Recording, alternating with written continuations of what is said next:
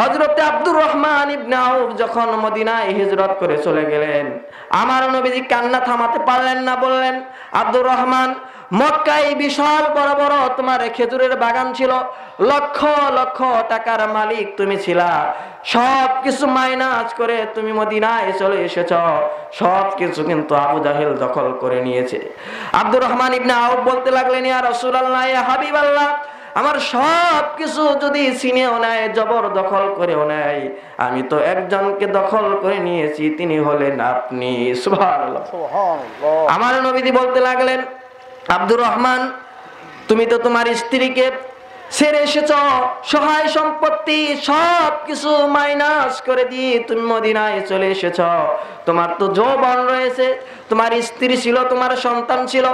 একজন আনসারী সাহাবীকে ডাকলেন আর বলতে লাগলেন, নবীজি বলতে লাগলেন, আনসারী সাহাবী রে, এই যে দেখো আমার একজন সাহাবী সব কিছু মাইনাস করে দিয়ে মদিনায় হিজরত করে চলে এসেছে, তুমি এর জন্য কিছু একটা ব্যবস্থা করো। তখন ওই লোকটা বলতে লাগলো, আব্দুর রহমান ইবনে আউফকে সঙ্গে নিয়ে খেজুর বাগানের মধ্যে চলে গেলেন আর বলতে লাগলেন, ভাই, এই যে দেখেন মদিনার মধ্যে বিশাল বড় বড় দুইটা খেজুরের বাগান, এই খেজুরের বাগানগুলো আমার, এইখান থেকে যেই খেজুরের বাগানটা আপনার পছন্দ হয় সেই খেজুরের বাগানটাই আপনার নামে আমি দলিল করে দিব। তখন আব্দুর রহমান ইবনে আউফ বলতে লাগলেন, ভাই, খেজুর বাগানের কোনো প্রয়োজন আমার নাই।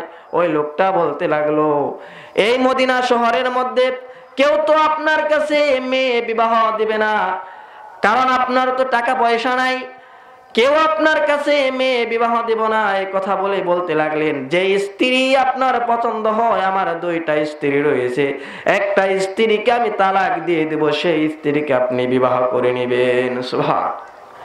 তিনি বলতে লাগলেন, স্ত্রীর কোনো দরকার নাই, আপনি আমার জন্য একটা বাজার দেখিয়ে দেন, আমি ব্যবসা করব।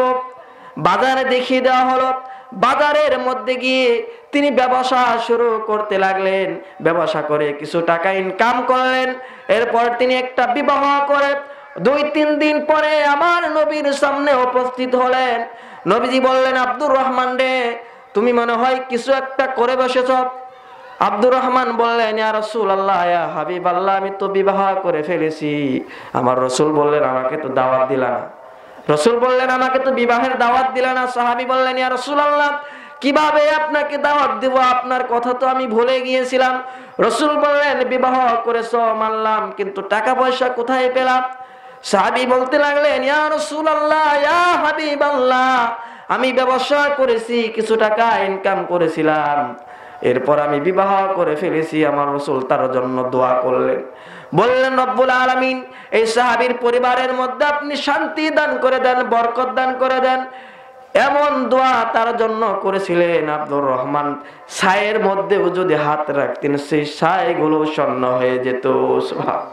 ইন্নাল হামদালিল্লাহিল আকরামিল্লাযী খালাকাল ইনসানা ওয়া কাররামা ওয়া আল্লামাহু মিনাল বায়ানি মা লাম ইয়ালাম ফাসুবহানাল্লাযী লা ইহসা ইমতিনানুহু বিল লিসানি ওয়ালা বিল কলম নাশহাদু আল্লা ইলাহা ইল্লাল্লাহু ওয়াহদাহু লা শারীকা লাহু ওয়া নাশহাদু আন্না সাইয়্যিদানা ওয়া হাবিবানা ওয়া মাওলানা মুহাম্মাদান আবদুহু ওয়া রাসূলুহু আল্লাযী আরসালাহু বিল হাক্কি বাশীরান ওয়া নাযীরা ওয়া দা'iয়ান ইলাল্লাহি বিইযনিহি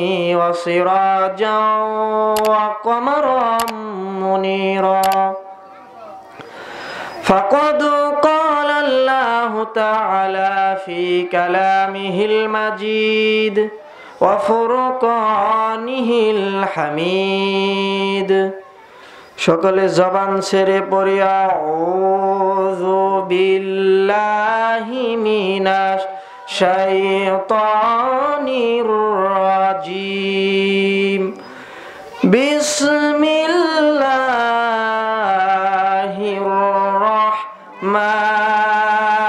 রহমানির রহিম ইন্নামাল মুমিনুনা ইখওয়াতুন ফাসলিহু বাইনা আখাওয়াইকুম ইন্নামাল মুমিনুনা ইখওয়াতুন ফাসলিহু বাইনা আখাওয়াইকুম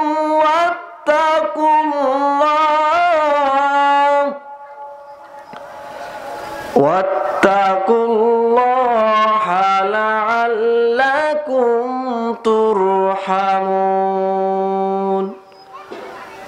আল্লাহু আকবার বিসমিল্লাহির রহমানির রহিম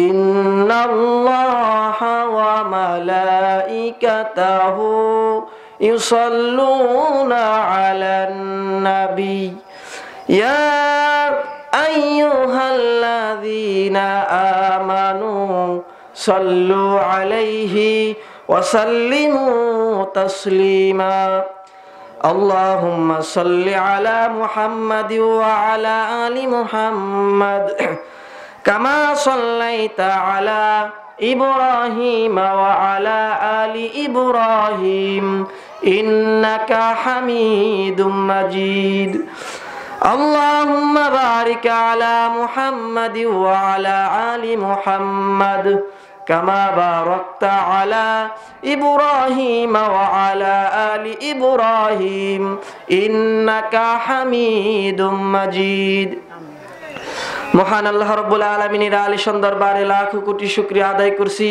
নত শিরে সুজুদ পেশ করছি যে মহান আল্লাহ তাবারক ওয়া তাআলা আমাদেরকে এই অশান্তময় পৃথিবীর অশান্ত পরিবেশ থেকে পাপ পঙ্কিলতায় পরিপূর্ণ গুনাহে ভরপুর অন্ধকারাচ্ছন্ন সমাজের গৌরাধার থেকে অমানিসা থেকে জুলমাত থেকে রহমতের হাত ছানি দিয়ে লাখো কোটি মুমিন মুসলমানের মধ্য হতে আমার আপনার মতো অযোগ্য নালায়েক গুনাহগার বান্দাদেরকে নির্বাচন করে দুনিয়ার মাটিতে নবী করিম সাল্লাল্লাহু আলাইহি ওয়াসাল্লামের ভাষায় জান্নাতের বাগানের মধ্যে বা ওয়াফ বা আজমত বা মুহাব্বত শামিল হওয়ার তৌফিক এনায়েত করেছেন এজন্য আপনারা খুশি না বেজার খুশি কম না বেশি বেশি তাহলে হৃদয়ের সবটুকুন ভালোবাসা উজাড় করে দিয়ে সেই মহান মনিবের শেখানো কণ্ঠে শুকরগুজার করছি সকলে জবান ছেড়ে দিয়ে একযোগে পড়ছি আলহামদুলিল্লাহ আলহামদুলিল্লাহ সম্মানিত হাজিরিন আমি আলোচনার সূচনায় মহাগ্রন্থ আল কুরআনুল কারীমের 49 নম্বর সূরা থেকে একটি আয়াতে কারিমা তেলাওয়াত করেছি এই আয়াতকে সামনে রেখে আমি সংক্ষিপ্ত আকারে কিছু কথা বলার চেষ্টা করব আল্লাহ তাআলা যেন সবার আগে আমাকে আমলের নিয়তে বলার আপনাদেরকেও আমলের নিয়তে শোনার জন্য তৌফিক এনায়েত করেন এজন্য আল্লাহ তাআলার কাছে তৌফিক কামনা করছি ওয়া মা তাওফিকি ইল্লা বিল্লাহ আমরা বলি আমিন আমিন সম্মানিত হাজিরিন যে আয়াতটি আমি তেলাওয়াত করেছি এই আয়াতে কারিমার মধ্যে মহান রব্বুল আলামিন দুইটি কাজের কথা বলেছেন কয়টি কাজ দুইটি কাজ করলেই সরাসরি আমরা জান্নাতের মধ্যে চলে যেতে পারবো তার মধ্যে মহান রব্বুল আলামিন কুরআনুল কারীমের সূরা হুজরাতের একটি আয়াতের মধ্যে সুন্দর করে জানিয়ে দিলেন ইন্নামাল মুমিনুনা ইখওয়াতুন ফাআসলিহু বাইনা আখাওয়াইকুম আল্লাহ রাব্বুল আলামিন বলেন মুমিনরা পরস্পর ভাই ভাই মুমিনরা হবে পরস্পর ভাই ভাই তারা শত্রুতা করবে না একে অপরে ভাই ভাই হয়ে যাবে কিন্তু আমরা আজকে এমন জাতিতে পরিণত হয়েছি আমরা আজকে টুপি দেখে দেখে মানুষকে সালাম দেই ঠিক কি না লম্বা টুপি গোল টুপিকে সালাম দিতে চায় না গোল টুপি লম্বা টুপিকে সালাম দিতে চায় না মনের মধ্যে অহংকার রাসূল বললেন তিনটা কাজ মানুষকে ধ্বংস করে দেয় তিনটা জিনিস মানুষের ধ্বংস ডেকে আনে তার মধ্যে এক নাম্বার হলো অহংকার কেন আমরা অহংকার করব আল্লাহ রাব্বুল আলামিন আমাকে আপনাকে এত সুন্দর করে সৃষ্টি করলেন হাতের জায়গায় হাত দিলেন পায়ের জায়গায় সুন্দর পা দিয়ে দিলেন কত সুন্দর দুইটা চক্ষু নামক নিয়ামত দান করলেন এই চক্ষু দিয়ে আমরা অনেক কিছু দেখি এগুলো পাওয়ার পর বান্দা কিভাবে অহংকার করে? মহান রব্বুল আলামিন বলে, বান্দা তুমি কেন অহংকার করো? অহংকারের মালিক তো তুমি না। অহংকার করে তুমি জমিনকে নিচের দিকে ডাবিয়েও দিতে পারবা না, তুমি তো পাহাড়ের চাইতে উঁচু হয়ে যেতে পারবা না। এজন্য মহান রব্বুল আলামিন বলেন, লা তামশি ফিল আরদি মারহান ইন্নাকা লান তাখরিকাল আরদা ওয়া লান তাবলুগাল জিবালা তুলা। জোরে বলুন আল্লাহু আকবার। আল্লাহ রাব্বুল আলামিন বলে, বান্দা তুমি কেন অহংকার করো? অহংকার করে তুমি জমিনকে 1 ইঞ্চি নিচের দিকে ডাবিয়েও দিতে পারবা না। অহংকার করে তুমি পাহাড়ের চাইতে উঁচু হয়ে যেতে পারবা না। অতএব বান্দা, অহংকারের মালিক তো তুমি না, অহংকারের মালিক একজন, তিনি হলেন আল্লাহ। ঠিক কি না? আল্লাহ রাব্বুল আলামিন বলেন, ওয়া ইবাদুর রহমানিল্লাযীনা ইয়ামশুনা আলাল আরদি হাওনা ওয়া ইযা খাতাবাহুমুল জাহিলুনা ক্বালু সালামা ওয়াল্লাযীনা ইয়াবিতুনা লিরাব্বিহিম সুজদাও ওয়া কিয়ামা। জোরে বলি আল্লাহু আকবার। আল্লাহ রাব্বুল আলামিন বলেন, রহমানের বান্দা তো তারাই যারা জমিনের মধ্যে চলাচল করার সময় বিনয়ের সহিত চলাচল করবে। তারা উগ্র হবে না, তারা বিনয়ের সহিত চলাচল করবে, মানুষের সঙ্গে অহংকার করবে না। আল্লাহ রাব্বুল আলামিন কত সুন্দর করে জানিয়ে দিলেন, রাস্তাঘাটে চলাচলের সময় উগ্রতা দেখি তারা চলাচল করবে না, তারা বিনয়ের সহিত চলাচল করবে। আর যখন মূর্খদের সঙ্গে তর্ক লেগে যাবে, তখন তারা তাদের সঙ্গে অযথা তর্ক না করে সালাম দিয়ে পাশ কাটিয়ে তাদের কাছ থেকে চলে যাবে। সুবহান। ভাইরা আমার, যেখান থেকে তিলাওয়াত করেছি সে আয়াতের মধ্যে মহান রব্বুল আলামিন বললেন, মুমিনরা পরস্পর ভাই ভাই হয়ে যাবে, তারা শত্রুতা করবে না, একে অপরের ভাই ভাই হয়ে যাবে। সাহাবায়ে কেরামের মধ্যে কত মিল ছিল, কত মহব্বত ছিল, তাদের স্বপ্ন পর্যন্ত এক হয়ে যেত। আমার রাসূল সাল্লাল্লাহু আলাইহি ওয়াসাল্লাম ইন্তিকালের বেশ কিছুদিন পরে হযরতে আলী রাদিয়াল্লাহু তাআলা আনহু একদিন স্বপ্ন যোগে দেখতেছেন, আমার নবীজি আলী রাদিয়াল্লাহু তাআলা আনহুর ঘরের মধ্যে নক করলেন। ঘরের মধ্যে ঢুকে আলীকে বলতে লাগলেন, আলী অনেক দিন হয়ে গেল তোমার সঙ্গে সাক্ষাৎ হয় না, দেখা হয় না, কথা হয় না, আজকে তোমার সঙ্গে দেখা করার জন্য এসেছি। এই কথা বলেই আলীকে বলল, আলী তুমি তোমার মুখকে ফাঁকা করো। এই কথা বলে একটা পুতলার মধ্যখান হতে অনেকগুলো খেজুর থাকা সত্ত্বেও 3 আঙ্গুল দিয়ে মাত্র একটি খেজুর হাতের মধ্যে নিয়ে আলী রাদিয়াল্লাহু তাআলা আনহুর মুখের মধ্যে তুলে দিলেন।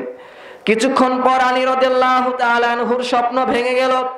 স্বপ্ন ভেঙে যাওয়ার সঙ্গে সঙ্গে তিনি আফসোস করতে লাগলেন, পেরেশান হয়ে পড়লেন, ছটফট করতে লাগলেন। তাহাজ্জুদের নামাজের মধ্যে তিনি দাঁড়িয়ে গেলেন। তাহাজ্জুদের নামাজ শেষ করে মসজিদের দিকে রওনা হলেন। ফজরের নামাজ পড়ার জন্য মসজিদের দিকে রওনা হলেন। প্রথম কাতারের মধ্যে জায়গা হলো না, দ্বিতীয় কাতারের মধ্যে তারা জায়গা হলো না, তৃতীয় কাতারের মাঝ বরাবর দাঁড়িয়ে তিনি নামাজটা আদায় করলেন। নামাজের মধ্যে ইমামতি করতেছিলেন অর্ধজাহানের শাসনকর্তা হযরতে ওমর ফারুক। সুবহান। নামাজের ইমামতি করতেছিলেন। নামাজ শেষে সালাম ফিরি, ডান দিকে বাম দিকে সালাম ফিরি তিনি দেখতে পেলেন তার ডান দিকে একটা ব্যাগের ভিতরে অনেকগুলো খেজুর কে যেন হাদিয়া স্বরূপ পাঠিয়েছেন। হাদিয়া যখন দেওয়া হলো, হযরত ওমর ফারুক রাদিয়াল্লাহু তাআলা আনহু প্রথম কাতারের মুসল্লিদেরকে 3টা 4টা করে খেজুর তিনি দিতে লাগলেন। দ্বিতীয় কাতারের মধ্যেও 3টা 4টা খেজুর দিলেন। তৃতীয় কাতারেও কয়েকজনকে 3টা 4টা করে খেজুর দিয়ে আলী রাদিয়াল্লাহু তাআলা আনহুর সামনে যখন চলে এলেন, তাকে বললেন, আলী রে তুমি তোমার মুখকে ফাঁকা করো। এই কথা বলে তিনি করলেন কি, একটা মাত্র খেজুর হাতের মধ্যে 3 আঙ্গুল দিয়ে তুলে তার মুখের মধ্যে তুলে দিলেন। আলী রাদিয়াল্লাহু তাআলা আনহু বলতে লাগলেন, আপনি সকলকে 3টা 4টা করে খেজুর তিনি দিলেন। তিনটা চারটা খেজুর যখন তিনি দিলেন, আমাকে কেন আপনি একটা মাত্র খেজুর মুখের মধ্যে তুলে দিলেন, আবার আপনার চোখের মধ্যে পানি? এর কারণ কি আমি তো বুঝতে পারতেছি না। এই কথা বলার সঙ্গে সঙ্গে হযরত উমর ফারুক রাদিয়াল্লাহু তাআলা আনহু সুন্দর করে জবাব দিলেন, আলী রে, তুমি মনে করেছো স্বপ্ন, মনে হয় তুমি একাই দেখেছো। গত রাত্রে যে স্বপ্ন তুমি দেখেছো, সেই স্বপ্নটা কিন্তু আমিও দেখেছি। তাদের একে অপরের স্বপ্ন পর্যন্ত মিলে যেত, এতটা ভ্রাতৃত্বের বন্ধনে তারা আবদ্ধ ছিল। একজনের স্বপ্ন পর্যন্ত আরেকজনের স্বপ্নের সঙ্গে মিল হয়ে যেত। একজন আরেকজনের ভালোবাসায় নিজের স্ত্রী পর্যন্ত তাকে দেওয়ার চেষ্টা করেছেন। আমার নবী যখন মদিনায় হিজরত করলেন, হিজরত করার সঙ্গে সঙ্গে কিছু সংখ্যক সাহাবী মদিনায় চলে গেলেন। তার মধ্যে একজন ছিল হযরত আব্দুর রহমান ইবনে আউফ। যখন মদিনায় হিজরত করে চলে গেলেন, আমার নবীজি কান্না থামাতে পারলেন না, বললেন, আব্দুর রহমান, মক্কায় বিশাল বড় বড় তোমার খেজুরের বাগান ছিল, লক্ষ লক্ষ টাকার মালিক তুমি ছিলা, সব কিছু মাইনাস করে তুমি মদিনায় চলে এসেছ, সব কিছু কিন্তু আবু জাহেল দখল করে নিয়েছে। আব্দুর রহমান ইবনে আউফ বলতে লাগলেন, ইয়া রাসূলুল্লাহ, ইয়া হাবিবাল্লাহ, আমার সব কিছু যদি ছিনেও নেয়, জবর দখল করেও নেয়, আমি তো একজনকে দখল করে নিয়েছি, তিনি হলেন আপনি। সুবহানাল্লাহ। আমার নবীজি বলতে লাগলেন, আব্দুর রহমান, তুমি তো তোমার স্ত্রীকে ছেড়ে এসেছ, সহায় সম্পত্তি সব কিছু মাইনাস করে দিয়ে তুমি মদিনায় চলে এসেছ। তোমার তো যৌবন রয়েছে, তোমার স্ত্রী ছিল, তোমার সন্তান ছিল। একজন আনসারী সাহাবীকে ডাকলেন আর বলতে লাগলেন, নবীজি বলতে লাগলেন, আনসারী সাহাবী রে, এই যে দেখো আমার একজন সাহাবী সব কিছু মাইনাস করে দিয়ে মদিনায় হিজরত করে চলে এসেছে, তুমি এর জন্য কিছু একটা ব্যবস্থা করো। তখন ওই লোকটা বলতে লাগলো, আব্দুর রহমান ইবনে আউফকে সঙ্গে নিয়ে খেজুর বাগানের মধ্যে চলে গেলেন আর বলতে লাগলেন, ভাই, এই যে দেখেন মদিনার মধ্যে বিশাল বড় বড় দুইটা খেজুরের বাগান, এই খেজুরের বাগানগুলো আমার, এইখান থেকে যেই খেজুরের বাগানটা আপনার পছন্দ হয়, সেই খেজুরের বাগানটাই আপনার নামে আমি দলিল করে দিব। তখন আব্দুর রহমান ইবনে আউফ বলতে লাগলেন, ভাই, খেজুর বাগানের কোনো প্রয়োজন আমার নাই। ওই লোকটা বলতে লাগলো, এই মদিনা শহরের মধ্যে কেউ তো আপনার কাছে মেয়ে বিবাহ দিবে না, কারণ আপনার তো টাকা পয়সা নাই, কেউ আপনার কাছে মেয়ে বিবাহ দিব না। এই কথা বলে বলতে লাগলেন, যে স্ত্রী আপনার পছন্দ হয়, আমার দুইটা স্ত্রী রয়েছে, একটা স্ত্রীকে আমি তালাক দিয়ে দেব, সেই স্ত্রীকে আপনি বিবাহ করে নেবেন। সুবহান। তিনি বলতে লাগলেন, স্ত্রীর কোনো দরকার নাই, আপনি আমার জন্য একটা বাজার দেখিয়ে দেন, আমি ব্যবসা করব। বাজারে দেখিয়ে দেওয়া হলো। বাজারের মধ্যে গিয়ে তিনি ব্যবসা শুরু করতে লাগলেন। ব্যবসা করে কিছু টাকা ইনকাম করলেন। এরপর তিনি একটা বিবাহ করে 2-3 দিন পরে আমার নবীর সামনে উপস্থিত হলেন। নবীজি বললেন, আব্দুর রহমান রে, তুমি মনে হয় কিছু একটা করে বসেছ। আব্দুর রহমান বললেন, ইয়া রাসূলুল্লাহ, ইয়া হাবিবাল্লাহ, আমি তো বিবাহ করে ফেলেছি। আমার রাসূল বললেন, আমাকে তো দাওয়াত দিলা না। রাসূল বললেন, আমাকে তো বিবাহের দাওয়াত দিলা না। সাহাবী বললেন, ইয়া রাসূলুল্লাহ, কিভাবে আপনাকে দাওয়াত দেব, আপনার কথা তো আমি ভুলে গিয়েছিলাম। রাসূল বললেন, বিবাহ করেছো মানলাম, কিন্তু টাকা পয়সা কোথায় পেলাম? সাহাবী বলতে লাগলেন, ইয়া রাসূলুল্লাহ, ইয়া হাবিবাল্লাহ, আমি ব্যবসা করেছি, কিছু টাকা ইনকাম করেছিলাম, এরপর আমি বিবাহ করে ফেলেছি। আমার রাসূল তার জন্য দোয়া করলেন। বললেন, রব্বুল আলামিন এই সাহাবীর পরিবারের মধ্যে আপনি শান্তি দান করে দেন, বরকত দান করে দেন। এমন দোয়া তার জন্য করেছিলেন। আব্দুর রহমান ছায়ের মধ্যেও যদি হাত রাখতেন, সেই ছাইগুলো স্বর্ণ হয়ে যেত। এমন ভ্রাতৃত্বের বন্ধনে তারা আবদ্ধ ছিলেন। সাহাবায়ে কেরামের মধ্যে কেমন ভ্রাতৃত্ব ছিল! সাহাবায়ে কেরাম চিন্তা করতেন গুনাহ নিয়ে, কিন্তু বর্তমান বাংলাদেশের মানুষ আজকে চিন্তা করে ভাইরাস নিয়ে। ভাইরাস সমাজ থেকে দূর হয়ে যাবে, কারণ সমাজের মধ্যে পাপ কাজগুলো অহরহ ছড়িয়ে পড়েছে। পাপ কাজ থেকে যদি আমরা নিজের জীবনকে গুটিয়ে রাখতে পারি, তাহলে সমাজের মধ্যে শান্তি বিরাজ করবে। সাহাবায়ে কেরাম চিন্তা করতেন গুনাহ নিয়ে। তারা তো অন্য কোনো কিছু নিয়ে চিন্তা ভাবনা করতেন না। আমার রাসূল একদিন একটা যুদ্ধের ময়দানে যাবেন, এমন সময় হযরতে সালাবা রাদিয়াল্লাহু তাআলা আনহুকে বলতে লাগলেন, সালাবা রে, এই যে এই সাহাবীকে নিয়ে আমি যুদ্ধের ময়দানে যাচ্ছি, এই সাহাবীর পরিবারের দেখভাল তুমি করবা, দেখভালের দায়িত্ব তোমাকে দেওয়া হলো, তুমি দেখাশোনা করবা। যুদ্ধের ময়দানে যাওয়ার সঙ্গে সঙ্গেই সাহাবা করলেন কি, ওই সাহাবীর স্ত্রীর কোন বর্ণনার মধ্যে এসেছে গোসল করার দৃশ্য তিনি দেখে ফেললেন, আবার কোন বর্ণনার মধ্যে এসেছে তিনি তার হাতটা চেপে ধরলেন। তখন ওই সাহাবীর স্ত্রী বলতে লাগলেন, ও আল্লাহর নবীর সাহাবী, আপনি কি আল্লাহর কথা ভুলে গেছেন? আপনি মুহাম্মদ সাল্লাল্লাহু আলাইহি ওয়াসাল্লামের সাহাবী, পরিচয় কি ভুলে গেছেন? এই কথা বলার সঙ্গে সঙ্গে হাতটা ছেড়ে দিয়ে গহীন অরণ্যের মধ্যে চলে গেলেন, পাহাড়ের মধ্যে চলে গিয়ে রোনাজারি করতে লাগলেন, কান্না করতে লাগলেন, এমন ভাবে আল্লাহর কাছে তওবা করতে লাগলেন, তওবাটা আল্লাহর দরবারে কবুল হয়ে গেল। যুদ্ধের ময়দান থেকে সাহাবী ফিরে এলেন, আমার রাসূল ফিরে এলেন। সাহাবী যখন ঘরের মধ্যে ঢুকলেন, স্ত্রী তার কাছে নালিশ দিলেন, আপনি যাকে আমানতদার হিসেবে রেখে গিয়েছিলেন সেই সাহাবী আপনার বন্ধু আমার হাতটা চেপে ধরেছিল। ওই লোকটা বলতে লাগলো, এরপর কি হয়েছে? স্ত্রী বলতে লাগলো, আমি যখন এই কথা স্মরণ করে দিয়েছি আপনি আল্লাহর নবীর সাহাবী, তিনি চলে গেলেন পাহাড়ের মধ্যে গিয়ে তিনি কান্না করতে লাগলেন, রোনাদারি করতেছেন। ওই সাহাবী বলল, এটা তো সামান্য ব্যাপার।